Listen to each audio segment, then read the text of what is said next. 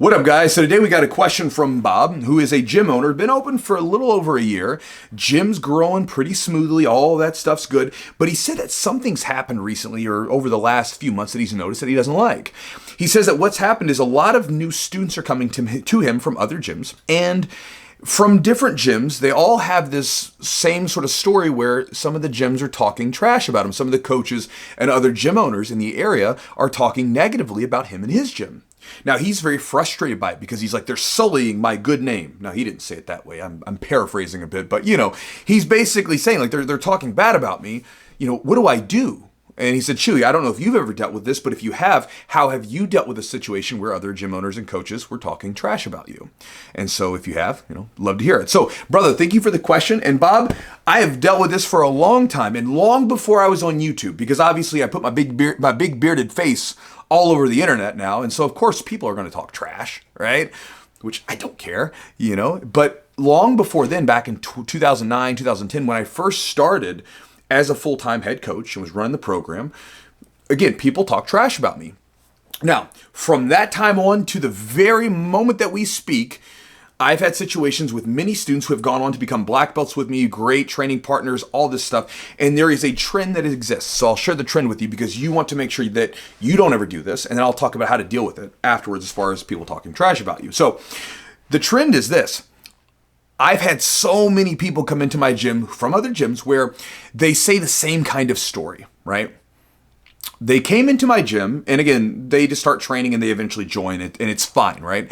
But then later on, when they get to know me and they know the gym and everybody else, they tell me this same story where they say, I was at my other gym and my coach, whomever, was talking trash about you and the gym.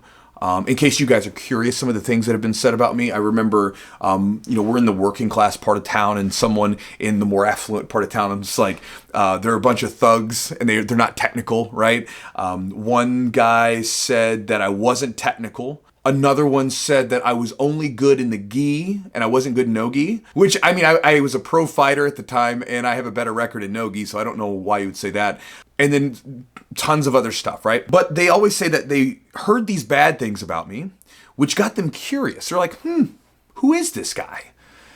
Who is this gym? Who is this Derby City? So they would eventually get up and come to the gym for an open mat. They would come to the gym to like try out a class, whatever, just see what it's all about. And they would realize, gym's kind of nice. People are kind of cool. These people aren't who my coach said they were. But eventually they would come and start training with me. So again, I've heard this so many times. Even my wife, I've been with her for 10 years and she started training at our gym a little bit before that. And I remember her coming into the gym and she told me later on that she was very nervous about training because the old gym she was at they had said some stuff about me and our gym, right? About who we were and everything else. So again, heard it so many times.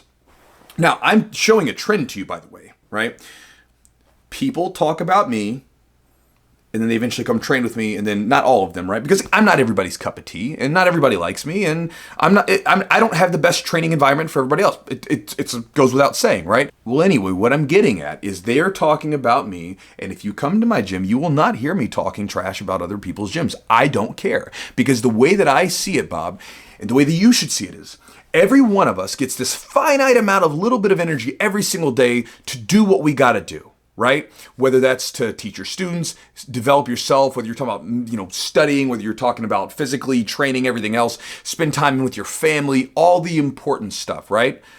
Why am I going to waste this precious energy on some person I don't train with, I don't spend time with, I don't care, right? I'm not going to waste time on it. It doesn't matter to me. They're not going to live rent-free in my noggin. I'm going to take that energy and instead of spending it on other people that I'm not worried about, I'm going to spend it on the people that I am worried about, like my students.